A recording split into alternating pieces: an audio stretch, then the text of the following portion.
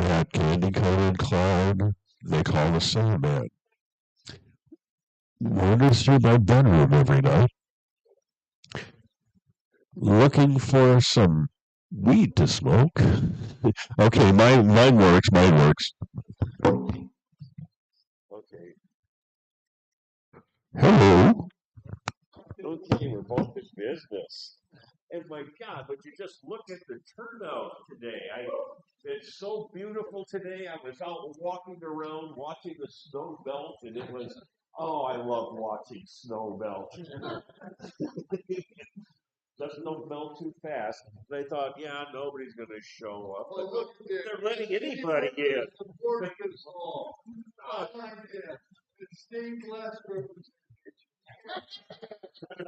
And the street department, Mike, is finally coming out in public again. We got East Side Bar, folks. Okay. Oh, that's special. And we got Loose Restaurant. Representative. Yeah, Winona Wagon Works. Yeah. Oh. And we. And I don't know. West 4th and 3rd down there by the river. We're all Eskimo Avenue. well, west down there by Fiber, right? Yep. Oh, Frog Slough. That's where you married somebody from there. And look what happened. Oh. Okay, I think we got to have the official. All right, Merle, grab your microphone. I guess we're stuck. Yeah, no, Linda. And how's that couch room at night? 5, 10 people? Yeah. Yeah. 5 always? How many can we serve? I turned it on already. Practice talking into it. Hey, testing 1, 2. Here we go. All right. We're all ready tonight. I think we're ready. I think we're ready. You got pictures? We did up until a second ago. We did up until a second ago. And I've been traveling all over town, all over the neighborhood, up to Wabasha and all that, Joe and I. So Joe's going to show you some pictures. Well, I think there's a girl back there who has a crush on you, Michael. Well, I guess thank you all for coming today. This is Merle Hansen. My name is Joe Hughes. We are Tales of Winona's Past, and we basically celebrate all that is unique and weird about Winona that the people don't usually tell you. And there's a picture of a pontoon bridge outside of Reed's Landing. Where on earth did I come up with that? You want? I can. Oh, well, Joe and I went up, and you know what? We had the most amazing experience. We did. We did. We went to Wabasha, Minnesota, and we told old stories about Wabasha to old Wabasha natives. And it was weird. I was talking with somebody at the Heritage Preservation Commission. I was talking with Emily Kurash Casey, who's our former chair. And she said, oh, I didn't know you give talks in Wabasha. I said, well, I didn't until this month. She says, well, what do you know about Wabasha?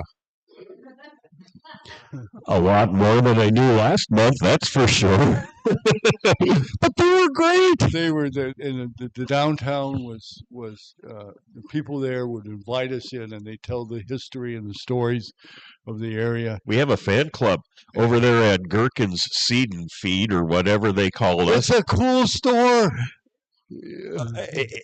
And they have all these farm toys and dog treats. And we were walking up to the place, and the lady was standing outside, and she looks, and she says, it's you guys again.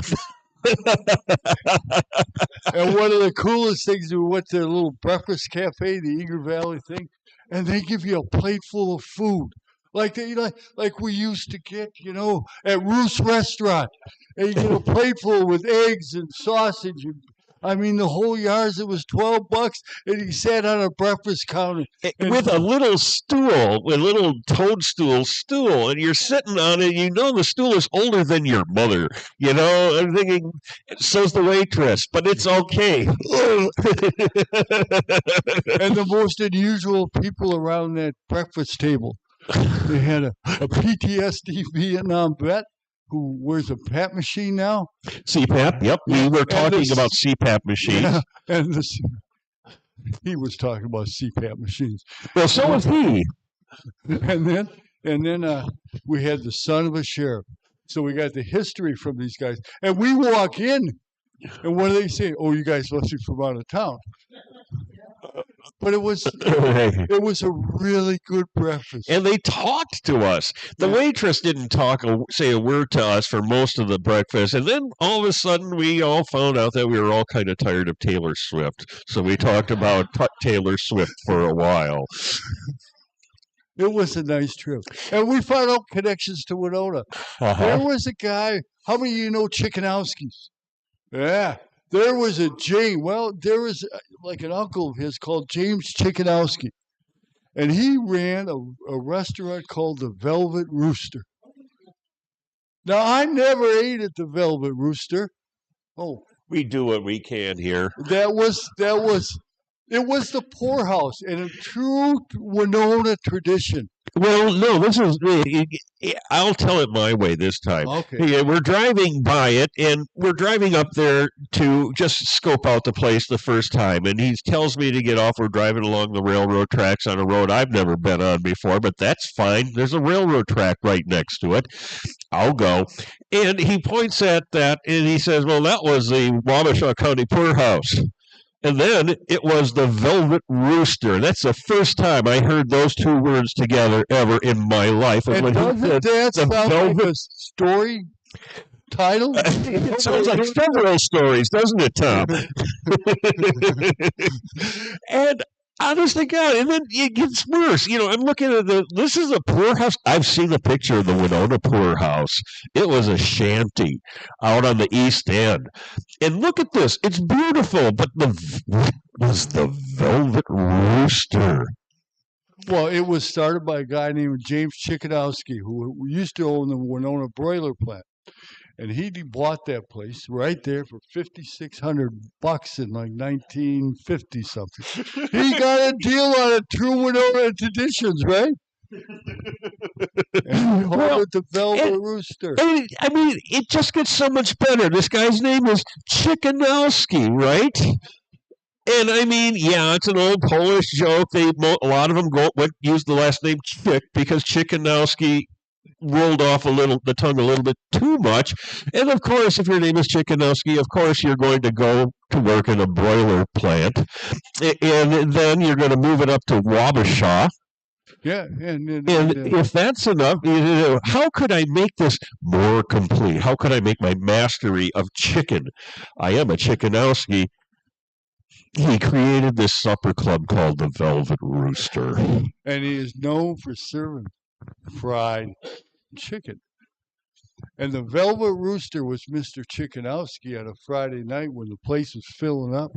He had on a velvet Polish red jacket, blazer, and he pranced at the end of that bar. He was maybe stealing Lambert Kovalevsky's act or something like that. Oh yeah, but he found out the magic of Wabasha. He had a little 6-year-old son by the name of James Jr.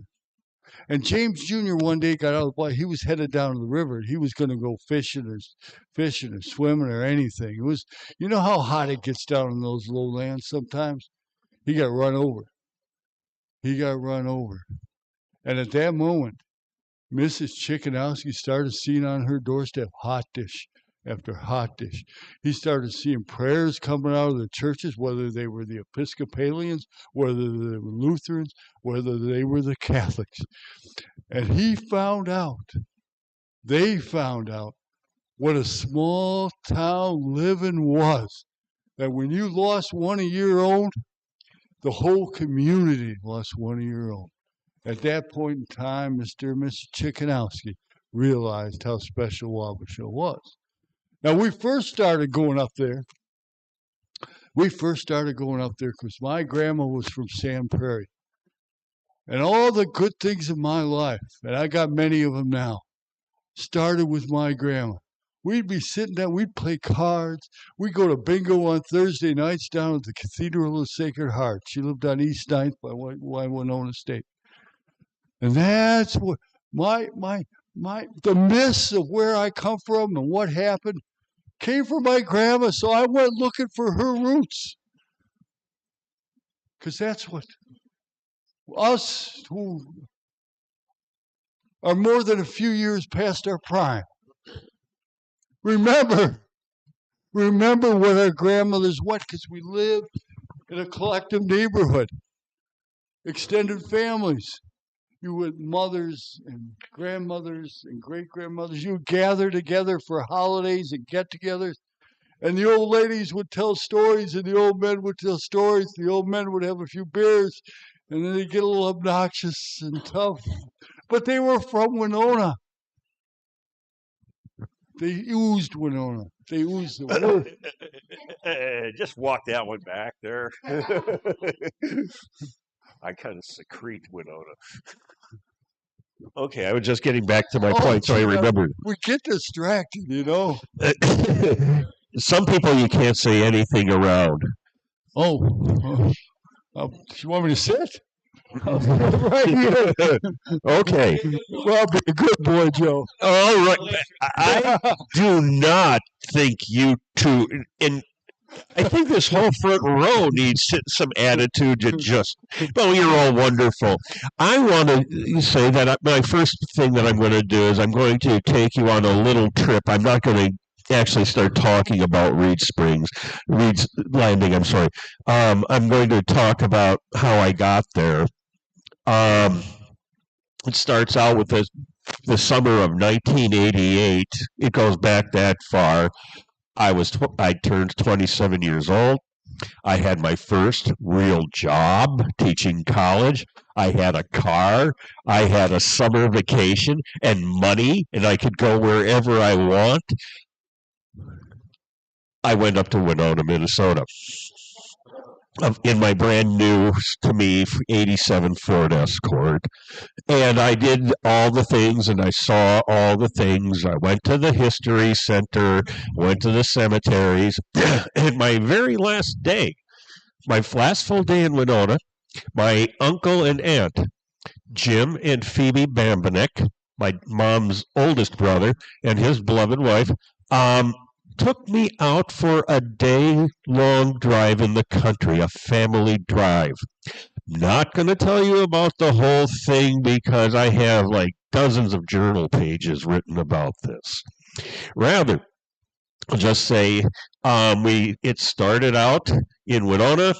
It went from Wabasha then we crossed over to the river, went to Alma, Fountain City, Dodge, and it ended with my one and only meal at the Hot Fish Shop. That's like the people in Wabasha talk about the Velvet Rooster like it was the Hot Fish Shop or Ruth's. So anyway, we visited the cemetery, the St. Mary's Cemetery then. Aunt Phoebe did the driving because Uncle Jim was blind as a bat. That was hilarious. Aunt Phoebe never said anything harsher than fiddly-dee. And Uncle Jim said all the things on a regular basis, and he's in the back seat because he's blind, but he knew where everything was. And one of the things he insisted on doing was we had to stop at Reed's Landing. And we got out of the car. And my Uncle Jim told me about the great big pontoon bridge to Wisconsin. It didn't have a swing span. It had a pontoon. They opened it up for boats that wanted to come through and shut it. What the actual heck? My dad worked for the Milwaukee Road, and he never told me about any dang pontoon bridge. What the heck? There it is. And that's how I first came to Reed's Landing. It was August 1988. I wrote scads about it in my journal that I kept at the time. And here I am talking about it to you. My life rules. We're going to just go up to, just head out, take a spin up there. And I'm going to focus on Minneaska. I'm going to focus on Weaver. I'm going to focus on Kellogg, Wabasha, and Reed's Landing. Just these little holes in the wall, dots on the map. Blink and you miss them, right? Welcome to Wabasha County. You're now in Minneaska. You're driving on the 4 lanes worth of Highway 61 that were bashed through there in the late 50s, early 60s, taking out just about all of the city of Minneaska, which is now down to 97 citizens. The city was literally where the road is now. Here is a river view circa 1900. Somebody is out there. You can see the church. You can see just a regular city. Here is the railroad station in Minneaska. And you'll notice there's St. Mary's Church right next to it. That's where my grandparents got married. Anybody else got any memories, Julie? I had my worst confession over there. I'm sorry. And I found this little nugget on Google Maps. You know, you take the little dude out and you put him on the map so it can look around and stuff. They got one that somebody took out of a boat. There were 2 geniuses taking a boat through here, and you can view it on Google Maps. They're looking. That's where the railroad station was. That's where I stopped working on my stuff 2 nights ago. It took me a couple of hours to get over that. You never think of Weaver as an actual place. That's another blink and you missed it sort of thing. I'm going to come back to this one in a second. This is what it looked like yesterday. Oh, that building should be restored. It is absolutely beautiful. That Art Noble, yeah. Well, is she? What a well, Patsy, the lady who still runs it, she doesn't look like she does a lot with it these days, but I'm going to make a point, and well, so am I. But that's what you see now, and that's what you would see 125 years ago. Another benefit of these little river towns is you can climb up on a bluff and take some really cool pictures. Okay, so there's Weaver. Looking at the time. Okay. This is the middle of nowhere. This is what you get if you get off Highway 61, drive through Kellogg, and drive toward the railroad track. You get to see pillars of this really weird old bridge from the 1930s that's not been for a while. And you get to see this scrap of rail coming through, but in the 1910s, it looked like this. You can see a typical Milwaukee Road, gray, 2-shade gray depot, and people are actually using the train to go back and forth. This was 1900. The road net was a joke. Another shot here's another one of Wabasha. This one is something I colorized from something I found on Facebook because it's kind of like Wabasha 101. I walked around Wabasha and, tried to get my bearing. There was that one guy who was giving us a walking tour after we got out of St. Felix's. They were very nice people. And I just thought, well, this picture explains it all. You've got the Big Joe flour mills. You've got the Funky Bridge. I've been on that bridge once. And down in the lower right-hand corner, you can see Gherkin's feed end thing, where you can go for dog toys and metal farm implements. Oh, where you could, you could get a complimentary cat in your hotel room. They had a staff of cats. Pardon?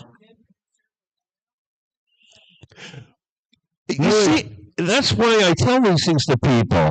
Just when I come up with this really obscure piece of knowledge, I get an even more obscure piece of knowledge. I would like to rent with Tabby.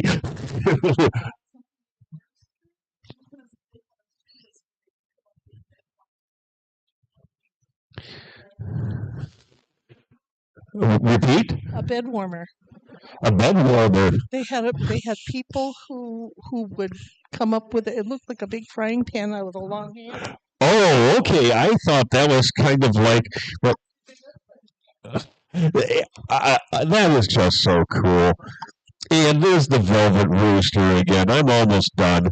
I want to say thank you, Mama Drone, because she is a drone artist who lives around there. I think her real name is Patricia, and her last name is really, really, really long. So she goes by Mama Drone. But there is in the area of Reed's Landing 2026. That's where I'm going to leave it for right now. You can take this one. You know, the neat thing about Reed's Landing, there was like 400 whorehouses there. And there was 800 some people. Think about 800 some people living in that narrow valley. 2 people sharing a whorehouse. And all the Wabasha boys had to go somewhere. But that was. Oh, that place was hopping. That place was. Yeah. And then we stopped at the Idle Hour restaurant in Wabasha. Now it's been closed for a few years, and it don't look like nothing like it used to. But there used to be chickens and pheasants outside, and they had an ice cream shop originally. That's how it started. But then they started serving food. Ribeyes were $3.50. Turkey gravy, mashed potatoes, and a whole plate full of that stuff was 90 cents. And it was run by Harry and Gertie. And Gertie would get all shined up every night just to be the hostess. And they would come in and they'd sit you down. And Harry sat at the bar telling stories and drinking whiskey and drinking beer and entertaining everybody. And every once in a while, Harry and Gertie would start arguing and fighting. Because that's what husbands and wives do. They argue and fight. And Harry had a horrible problem. He went up to the Mayo Clinic and had gallstones removed. He put them in a canister so everybody could see, and he put that sucker behind the bar. It started turning green before Gertie told him where he could put that stuff. But they had an excellent business. And we were out there telling stories to that Wabasha community, and they were coming alive. 3 of those old ladies, and they were all up in their 80s. All up in there. I waitressed in there. And they made the best strawberry pie, they said, 50 cents a slice. Back then, that was quite a bit of money. They sold out. So Wabasha's been really nice. And Joe showed that picture of Weaver up there. My grandmother was Miss Weaver of 1931. Yeah! Hey. What? Big. Well, that's the only picture I got. Oh, and they were. I don't know if any of you knew any Heezers. We knew the Heezers.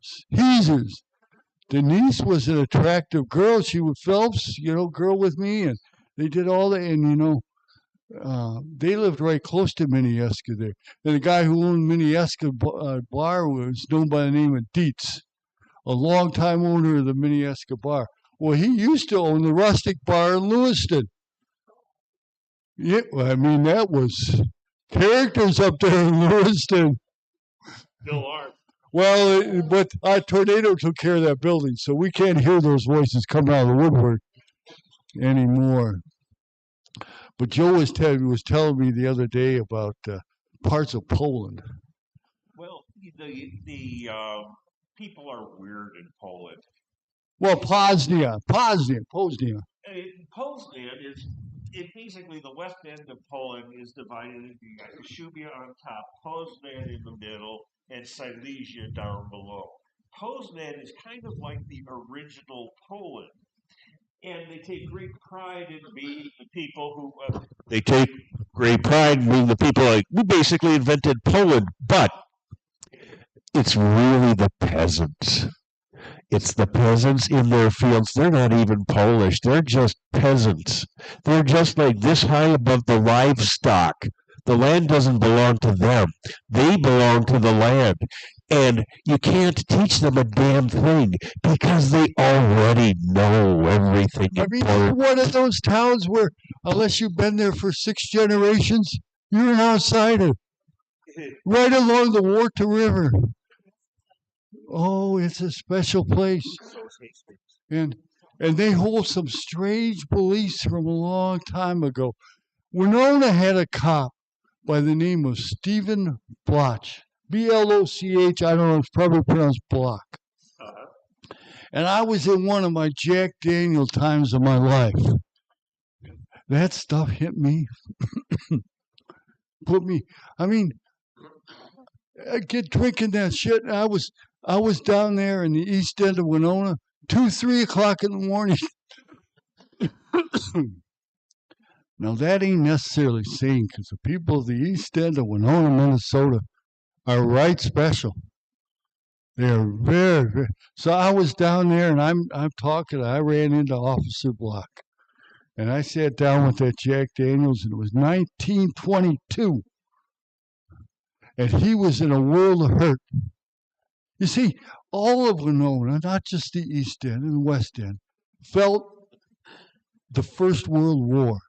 I mean, it was an ugly war. You get Slavs fighting each other, and you stand in the middle. It's ugly. They scrap, they fight with all they had. And that war was fought with guns and hands and knives in the trenches. Airplanes were just starting. So it was old school war. So that was weighing on Stephen's mind. Then we had that flu epidemic about that same time. That was weighing on his poor guy's mind. And he was a cop for 40 years in Winona.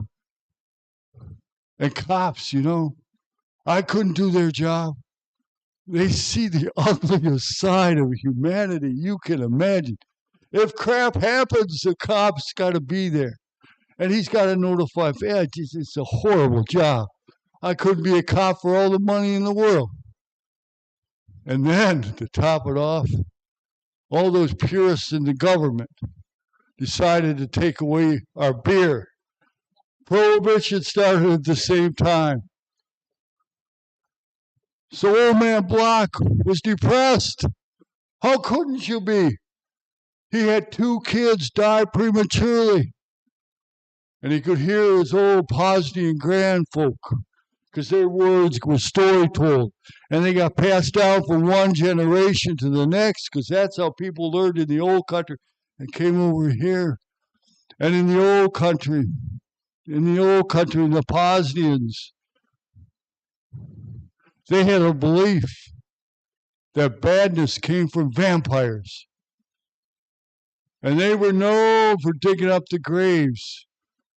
So Stephen was wearing on him. One night, and his buddy Kubis, Mike Kubis or Joe Kubis, he lived down at the foot of Mankato.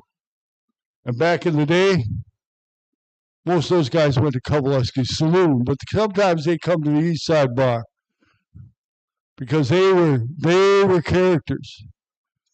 They decided to go dig up these kids' grave because it said that if the vampire got released, the neck would be broken. And in the old country, they buried them with sickles across their neck. Well, Stephen went up there and dug open the grave of those 2 kids. He died a little short time after, so he was on his last leg, but he dug up the graves of his children to see if the neck was broken. And the most interesting thing, it wasn't broken, by the way, but the most interesting thing about the whole deal was the Winona Republican Herald not only covered this story, they went down and they asked funeral directors like Jurassic and the others in the community, how badly a body would decompose. And they wrote about the whole thing. There was no shoving it under the rug. And everybody read the newspaper back in the 1920s and 30s and 40s and 50s. We didn't have TV to spoon feed us our news. We had to go find it. We had to read books. My gosh, we had to read books. Can you imagine? So they wrote everything about the East End of Winona, and everybody read the newspapers. And they talked about that stuff at the coffee shops, and they talked about stuff like that at the bars, from the East End to the West End. And we were connected, all in our own little ways. That's what made Winona special to me. It's those stories like that, the places where we come from, whether we were related to them or not, if we were related, we carried that in our myths. We carried that in our bones. That's who we were as a town and a community. And we weren't, even the folks in the Wyndham Park houses, they knew Winona was special. Why do you think they built that opera house? Because they knew in the middle of winter, us folks needed to get out of the dens. We'd sit in that house and our problems would grow worse and worse and worse and worse. Because it was cold out. And our house, they weren't, the houses weren't insulated. And the windows shook. The windows had cracks in them. And you sleep next to your sisters and brothers just to stay warm. Oh, we come from special people. We come from really good people. And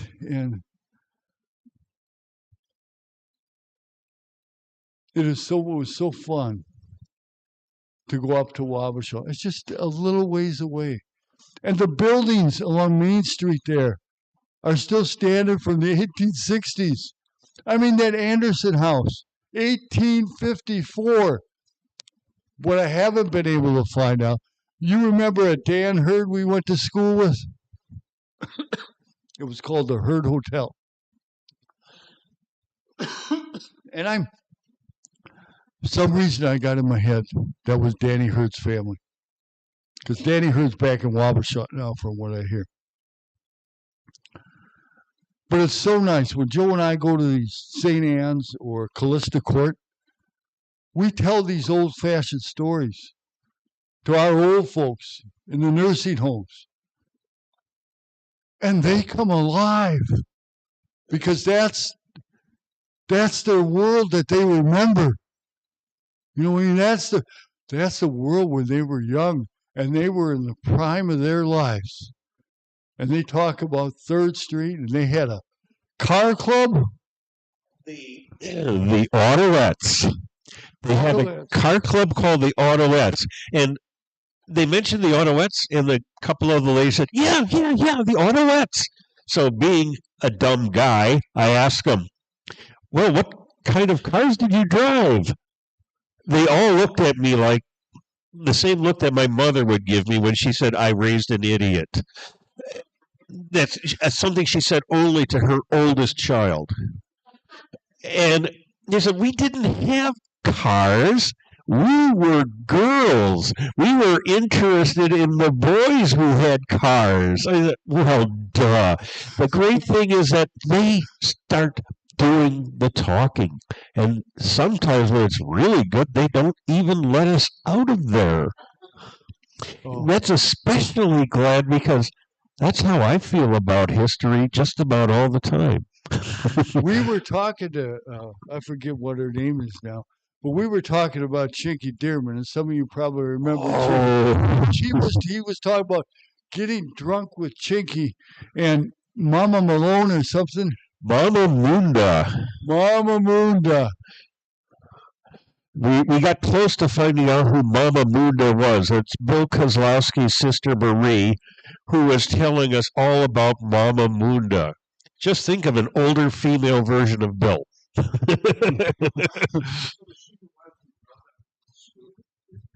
No, that was a different No, lady. that was Ruth. Her name is Ruth, and she and her husband took a ride on his bike around the restaurant where he was eating, and he wanted to go around one more time, and she told him, I don't think we should do this. I would think it would take a great deal of courage.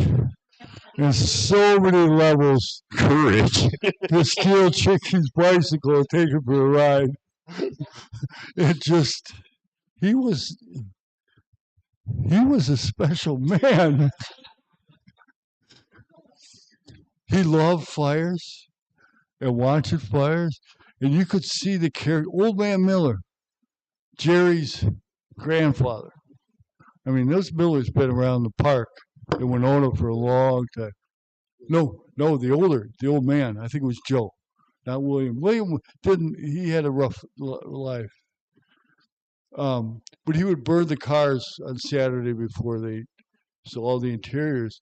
And he used to have the Miller boys, the kids, go and make sure there was nobody sleeping in those cars before they set them on fire.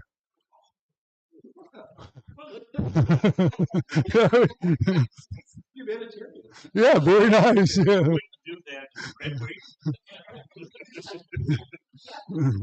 But the thing was, in true Winona fashion, the boys waited all week for Miller to start his fire down there, and they would just be looking at them. They wouldn't go to church. That was their fire to watch down on Third. And you see those empty spaces in town, those magical electrical fires that happen. I think Winona's had a seed for a long time that sometimes bears fruit.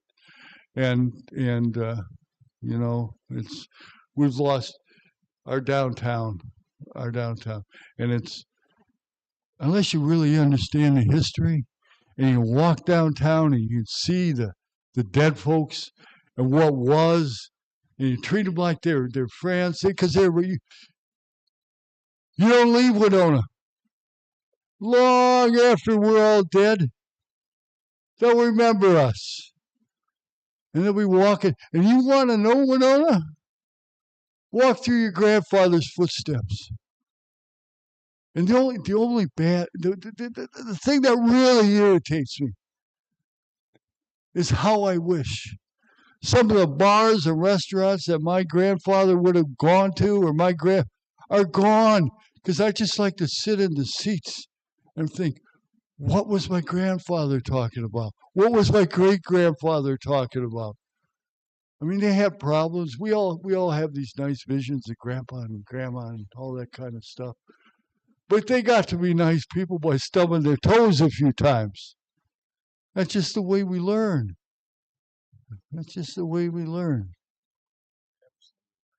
Yeah. My thing has always been, how did it feel?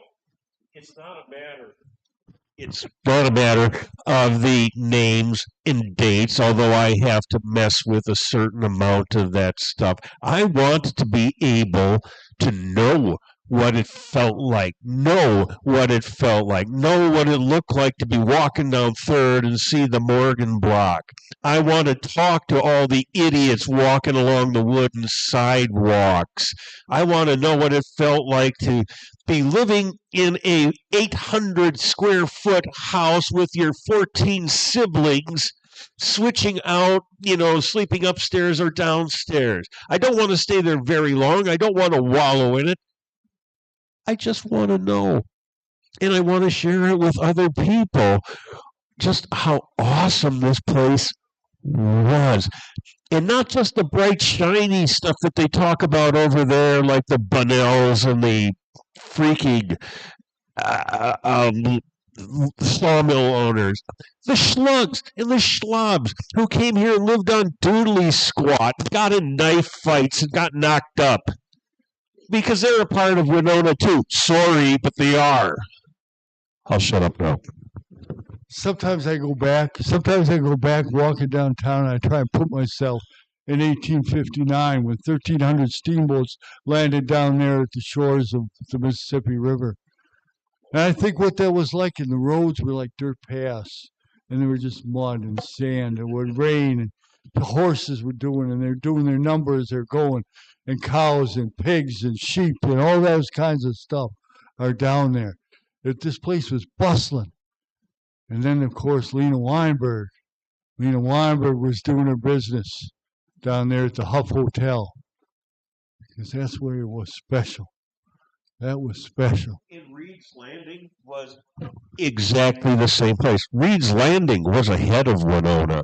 Yeah. Reed's Landing was cooking by 1845 because Reed's Landing, as you can see here, was a really important place. You see underneath the letter S, you see the Chippewa River flowing into the Mississippi. That is where all the logs came from. That is where the beef slough plant was, where they sorted the logs out, formed them into rafts so they could come down to Winona and other cities to become lumber. If that's not enough, you've got Lake Pepin right there.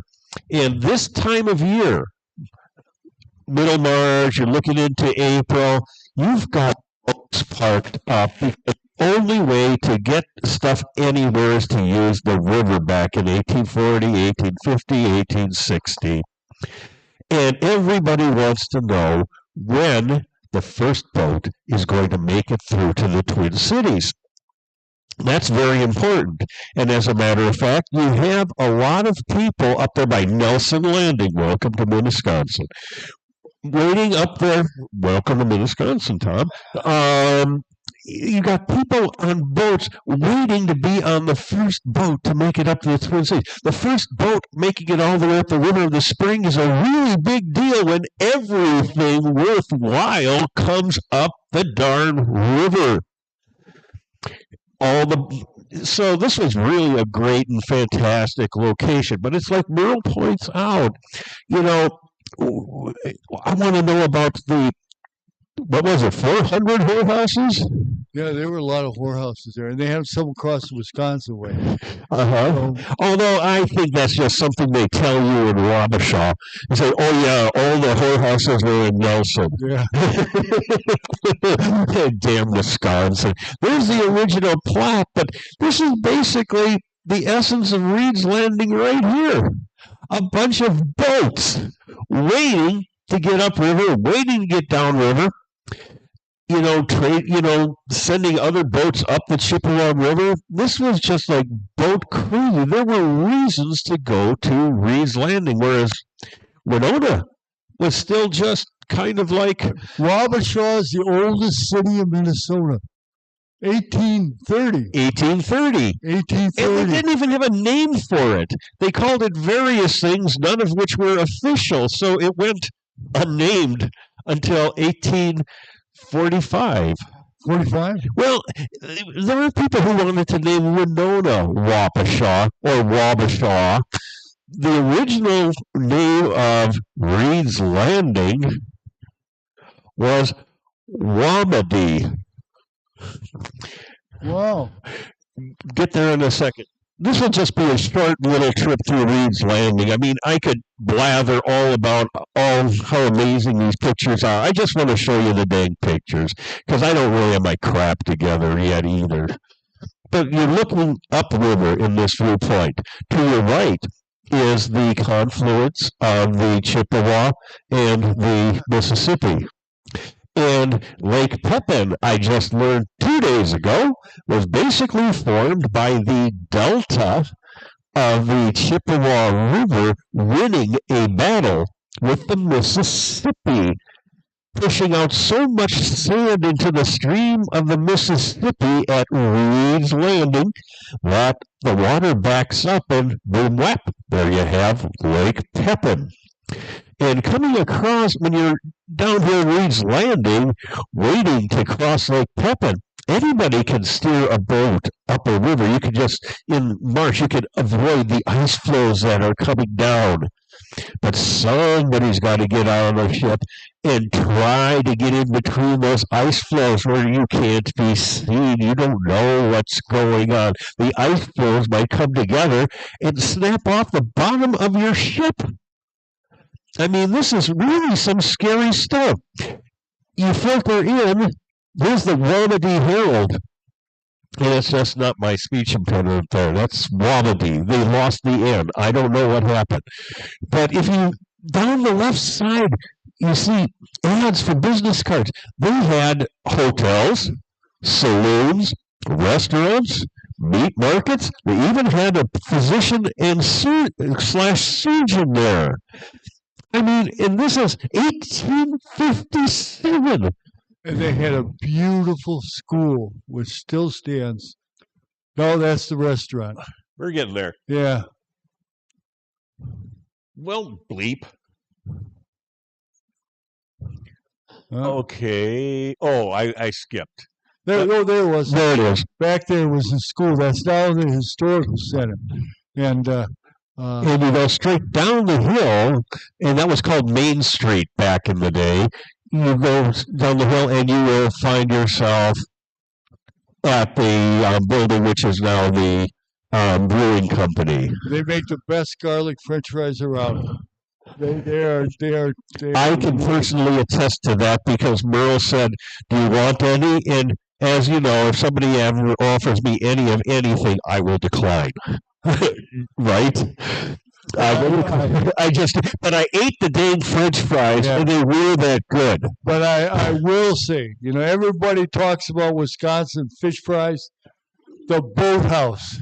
The Boathouse has the best fish fry. That's a beautiful hunk of cod, and it's got a beautiful batter on it, and it's a full plate. It is. And Cheryl has a picture to prove it. There, Merle and Fred and I went. Was that when we went there and had just? Cheryl went out of town. Okay. Left me alone. And so, I need supervision. I asked Joe Hughes and my buddy Fred. And I don't know. I mean, you don't know Fred, but I mean, They don't make him like Fred, I tell you. and we were all sitting there just all as happy as larks, eating what had to have been the best bleep, even better than the cod in Poland. The cod in Poland that was swimming in the Bay of Gdansk the day before I ate it. It is really, we are very fortunate. There is some good cooking downtown now. There is some life downtown. And we just, sometimes, you know what? We got to break out of our habits because we get ingrained into what we're doing. We don't even, sometimes we stop talking to each other. People don't know how to talk no more. What the hell? What happened to us? It was you guys from the 60s. Oh, listen to you, Merle. Were you born in the... No, we're not going to be talking about the El Cid Rap Parlor today. You went to the El Cid Rap Parlor? Okay, no, I just mentioned... Well, the Happy Chef at 3 a.m. That's what Winona misses. Well, you talk about the Happy Chef, right? When my cousins got old enough, my feminine cousins got old enough to drive cars so we could actually go around town, where did we go? Did we say, hey, let's all go to eat at the hot fish shop? Because our parents never take us to the hot fish shop. Because the hot fish shop is for adults. Let's go. No, didn't even think about it. We went to the Happy Chef, baby, and we stayed there like the rebels we were till 1:30 in the morning, and our parents didn't care because they were getting hammered and playing shop stuff. That was it. Oh, that was the 60s. That was it's life. It was alive in the 60s. College guys could go downtown. And people would talk about books and they'd talk about movies, and there was a communal get-together that happened in Winona. Connor would talk to Winona High guys, and Winona High guys would talk to we'd talk to you farmers from up on top of the hill, and we somehow get along. We had to worry about those Rolling Stone boys in the school because they liked to throw apples and oranges at that flag that was up against the wall and let wild critters loose in the lunchroom. They did, and they were one of the culprits is the mayor of Rolling Stone. Winona, Winona history. When we go to school with these guys in grade school and high school, who are they trying to kid? Well, We know their story. not only that, we also have something that wasn't invented here in Winona, but it was pioneered here in Winona. It's celebrating its 20th anniversary this very year. I talk about the hobby horse of no lifers everywhere, the Winona Newspaper Project, where you can look it up. If somebody did something dumb, like my dad did back in 1956, he hit a parked car in front of his house, got busted for drunk driving, and it was his name, his street address. I said to him, "Hey, Dad, guess what I found out about you, Dad?" He said, "Why didn't you tell us about this, Dad?" He says, "Son, I did a lot of dumb bleep when I lived in Winona that the paper didn't know about." But Winona has had, I should say, a closeness to its history by things like that. Everybody reads a dang thing. They find weird crap and talk about it. They don't even need to be steered into this stuff. The Winona newspaper. How do you think I found Stephen Block? Oh God! I eventually found him on the Winona Newspaper Project, and it gets written clearly. All the information I get about the big houses, I get it from the Winona Newspaper Project. And that paper, anything, us less than desirable people dead. Well, reported on. Oh, what about innocent people? Once this poor kid, it's the 1950s, right? Yeah. He's walking around the east end. He gets clubbed by a Milwaukee Road train, by Mankato Avenue, and that's, it happened a lot. And they show a cop with a flashlight inspecting a blood spot next to the railroad track. Ugh.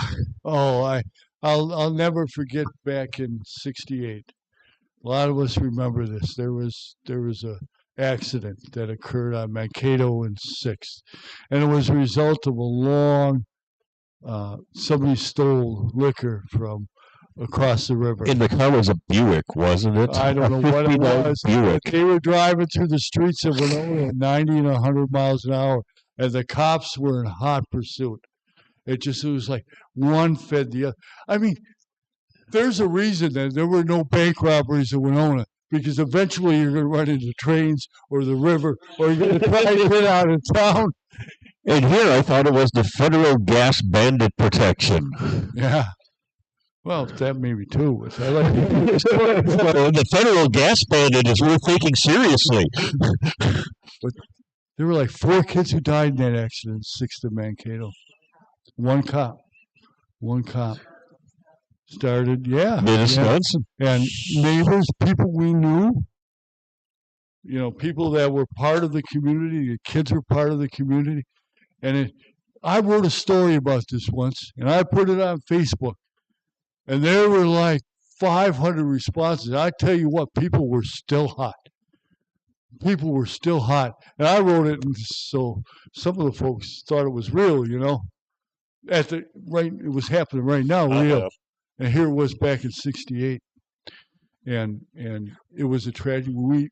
Joe and I have talked about this story at the old age home and stuff, and people come alive. People start talking about this, and all the anger and all the frustration and all the negative energy it comes out as people talk. It was a defining moment in Winona. And how do we, how they talked about how we should have dealt with that. They asked of the police officers. They asked of the kids. They looked at responsibilities, and they looked at all that kind of thing. There are no easy answers. Stuff happens. God, this stuff happens. I think about when you and I grew up. 100 miles an hour. They hit a tree, kids died, and somehow the cop car flipped over or something. Did it? Oh, Yeah. okay.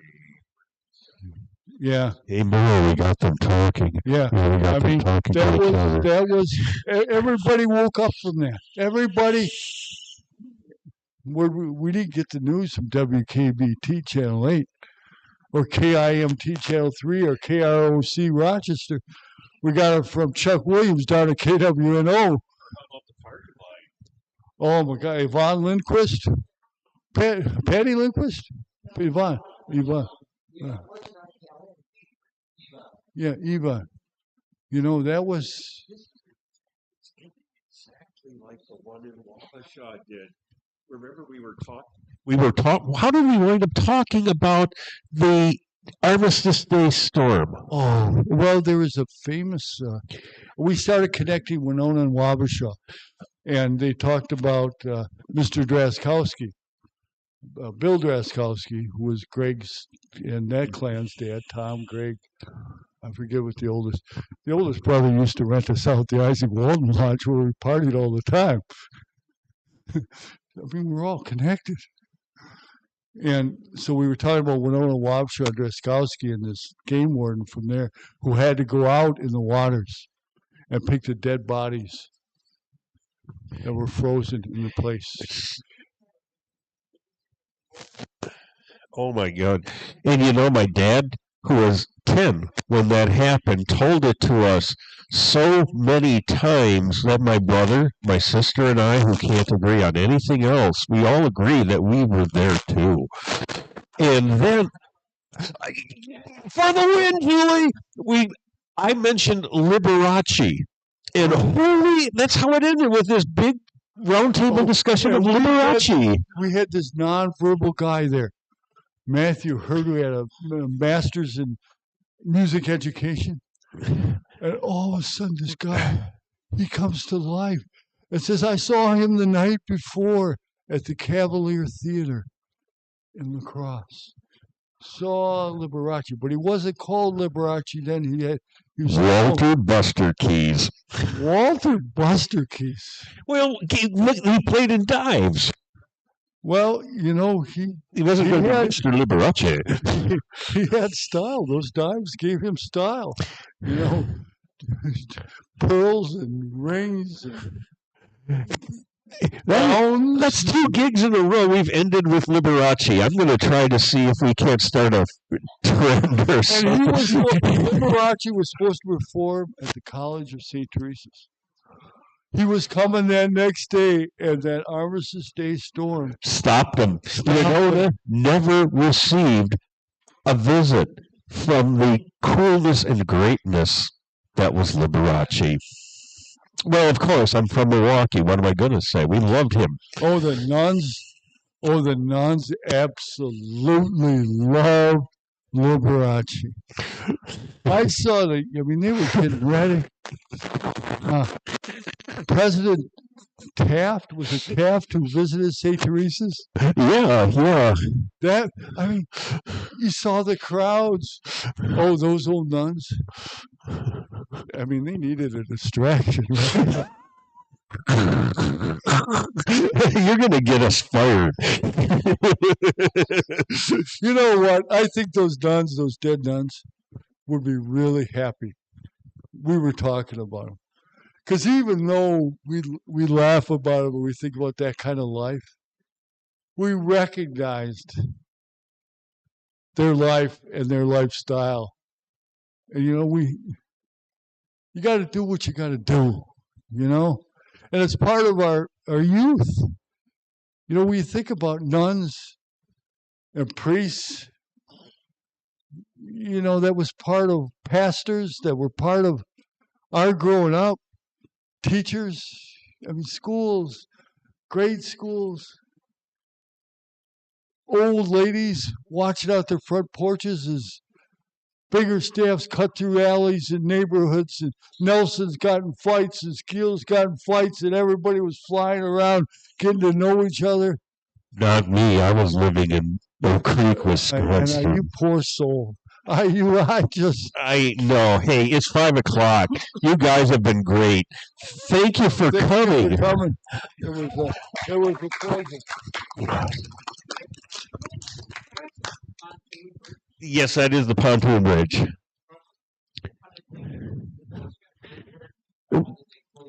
They had a tugboat pulling it open and shut. Oh,